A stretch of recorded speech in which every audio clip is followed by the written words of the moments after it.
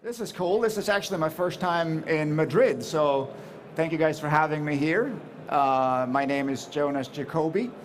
I run a team inside a company that you may have heard of called IBM. Anyone heard of the company IBM? Do you know what that is? Do you guys know what IBM does? No? Okay, we'll go through that later. I'm going to educate you on some things that we have done. It's a small company. It's a tiny, tiny company, about 400,000 employees. So, we're probably the smallest of the largest companies in the world. My team and my focus for this company is to help IBM engage with the developer ecosystem worldwide. So a lot of my responsibility is internal, but also externally educate people about what IBM does today, what we can offer, and how we engage with developers. So this talk specifically is not so much about what we do, it's how we do it, more or less. And I think the interesting part for anyone, especially for people in this audience, I assume, how many of you are entrepreneurs? How many of you are founders or working for a startup? Is that one person in it? This is a startup event. Come on, guys. All right, so it's a few people. All right, cool. I was like, one guy, and I was like, holy crap, this is a startup event. Look, IBM, in large extent, is a very interesting company. A lot of people look at it as the old company where people are in dark suits and white shirt and a tie, and then they're in the wheelchair rolling around. That's not really true anymore, just as an FYI. So just to give you an example of that, I'm just going to go through a few things of what we do. Excuse me if I'm standing up. I have a back problem, that's why I'm standing up. But how many of you have seen this ever? Do you know what that is? Okay, I have one guy raising his hand here. Cool. So if you're an engineer, if you're a software developer, and if you're a web developer in particular, this row of JavaScript may actually be familiar to you. This is to give you a background to who I am. Me and my co-founder created that piece of code or technical specification for what is now called the WebSocket standard. And the reason why I'm bringing that up is I ran my own company, so I fully understand and comprehend what you guys are going through. I had the very fortune to start my company in Silicon Valley. I ran my company for 8 years and then retired. I was off the road, I didn't do anything, I was enjoying life, and then until the day a company called IBM came knocking on the door and said, hey, we need some help. And that was 3 years ago. So just imagine a startup guy like myself and you guys going like, what are you doing in a company like IBM?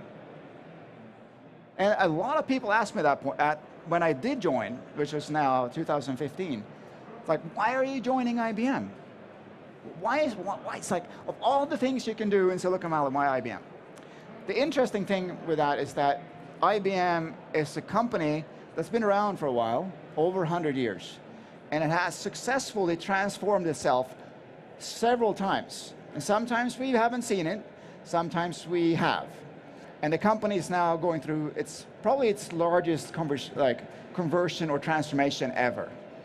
Right? This has nothing to do with the WebSocket standard, it's just an indication of where we're heading. For you guys that are innovation, right? One thing that I want you to leave with today is that never ever give up. When we wrote that piece of software, for those who doesn't know what this does, this allows any web and mobile device to communicate in real time with any type of backend, which is in contrast to the HTTP standard that we have today, which is request, response, request, response, request, response.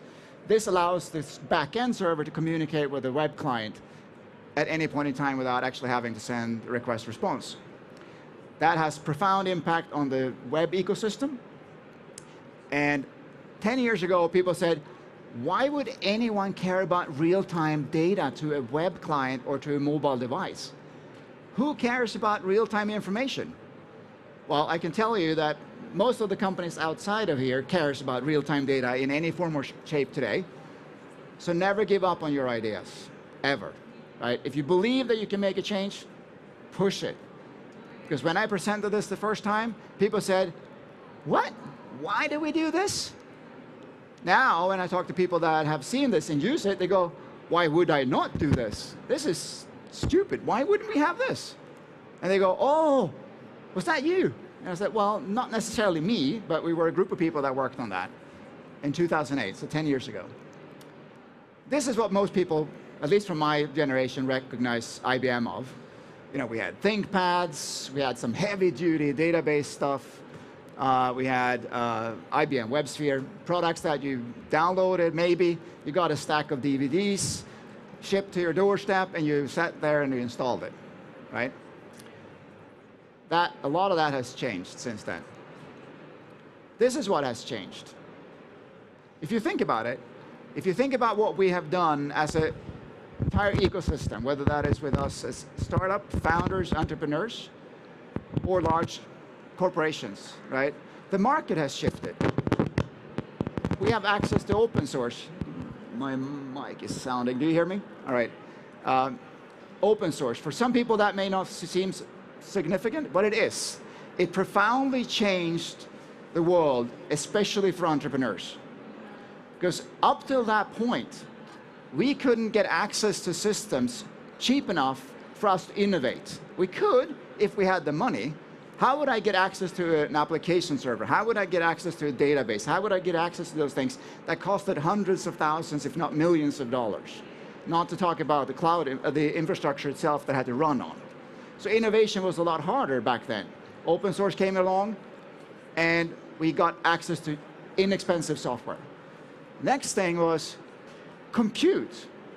Suddenly we went from expensive data center access or buying your own hardware to be able to sit in a coffee shop with internet access and buying compute on an hourly basis for nickels. What happens? Innovation accelerates, right? We go from okay to faster as innovation occurs, right? And then, with that, suddenly we discover that the market is changing. And this is mostly profoundly impacting large companies, because young entrepreneurs are already sort of in this. The behavior of buying, and especially buying technology, went from a traditional business to business to a more business to consumer related aspect. I'm not saying that you're necessarily selling to an end consumer, but if you're looking at who buys technology today, it's not that often that it's the CTO or the CIO or the CEO in the company. Yes, they do sign off on the check, but more than often, it's the engineers that decide what technology to buy. And they basically just go to their managers and says, this is what we want to use for this project.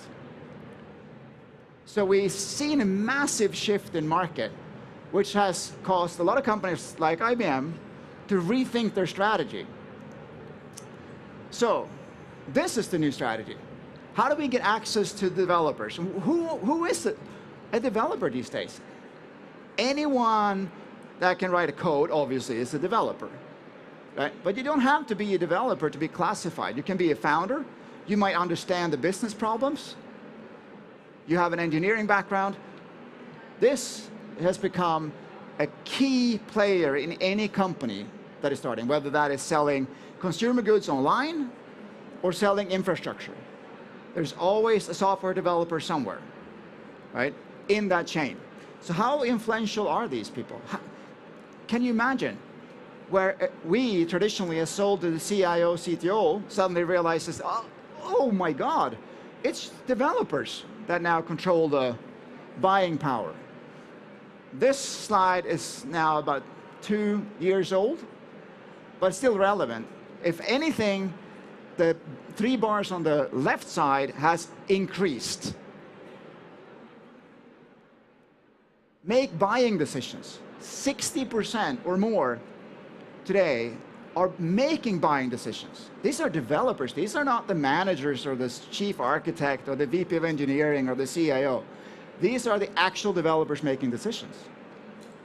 So the influence in who we are addressing as a company, from an IBM perspective, has shifted. And that, I'll tell you, it's gone really fast. 2.5 years ago, IBM was trying to shift. A year and a half ago, we went from having about 300,000 active developers on our then public cloud. A year and a half later, we're over 1 million. So by understanding the buyer, you can actually target them better. In this case, it was the developer.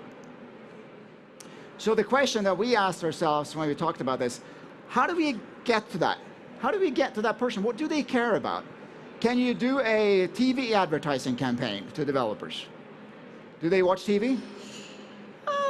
Maybe. You know, most developers today, if you look at it, are millennials, right? They watch most of their news or anything online, maybe TV, but if they do watch TV, it's Netflix or some other pre-recorded events. So advertising on TV is limited, right? Can you advertise in magazines? Yes, not so successful either, right? So when you start looking at it and you look at yourself, I'm an engineer, I love developers, I love coding. What do? I don't know about you, but I have ad blockers in my browser. I have ad blockers on my phone. So online advertising is not not specifically successful to me either. So you need to come up with new strategies on how to address this market, especially if you're selling infrastructure. So what did we do? Well, first off, we had to figure out what do we do. Well, so an engineer, a solution, anyone working on any solution, whether it's a founder, an entrepreneur, whatever, they're looking to find a solution to a specific problem. They don't necessarily care if it says IBM or something else in front of that technology.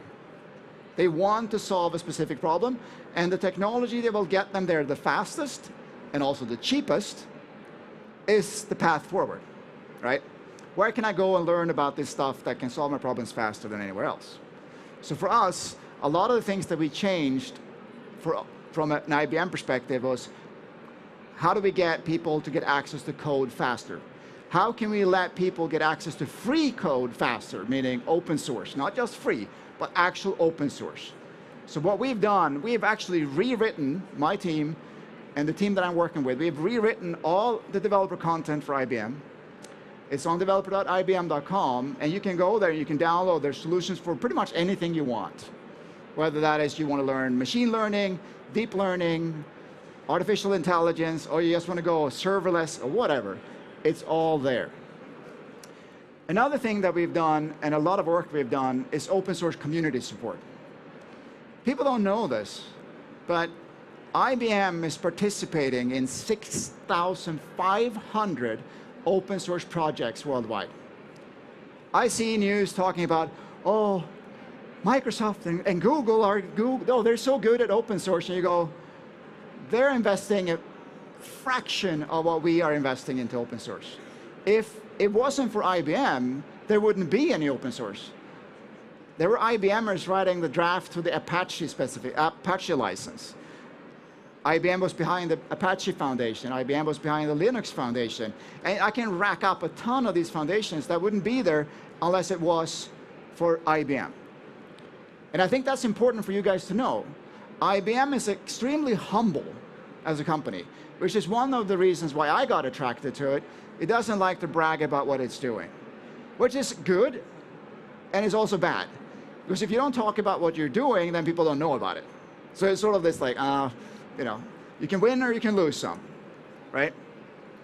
Another thing that we did was looking at who we were addressing and trying to find the people that could talk to them. So if you're going to talk to developers and engineers from a pure sales or marketing approach, find other developers that are passionate about your technology and have them talk for you to that audience. And then you can have sales and marketing close the loop and do the nurturing and follow through. But that's the key message here.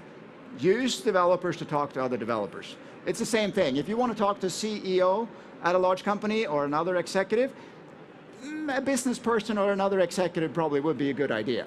So make sure that you have the right context when you address people, right? So what's going on then? I don't know, make sure that I'm on time here. What is IBM doing? Well, cloud computing, obviously. We can talk about this, and people can slice and dice how much they want. We have an enormous presence in cloud, bar none. Our cloud is as competitive as anyone else's. Cloud today is table stakes. If you, as a technology company, do not have a cloud, whether that is on-premise or public, doesn't really matter. This is table stakes.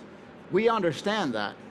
So for us, this is the bar, just the starting point. IoT. How many of you do IoT? Anyone in the IoT business? Did you know this? Like, IoT is the promise of connecting everything. This was actually the CES show's innovation winner in 2017, a connected hairbrush. I'm just telling you, you can come up with some really cool stuff, right? Another one that is obviously related to connected things, cars, right? Some of you probably already, I saw a car outside or something that looked like a car outside. That's obviously coming, there's no doubt about it. I don't know about here, but where I go and where I live, I'll be hit by it, soon I'll be hit by autonomous cars because they're everywhere. I have an autonomous big car driving outside my house every day, and I don't know why. Is it because it's a cumbersome street? I don't know, they're testing stuff, but it's everywhere. Artificial intelligence, obviously you've heard about Watson, and we do Watson obviously for many reasons, and we have that in various verticals, and it's important.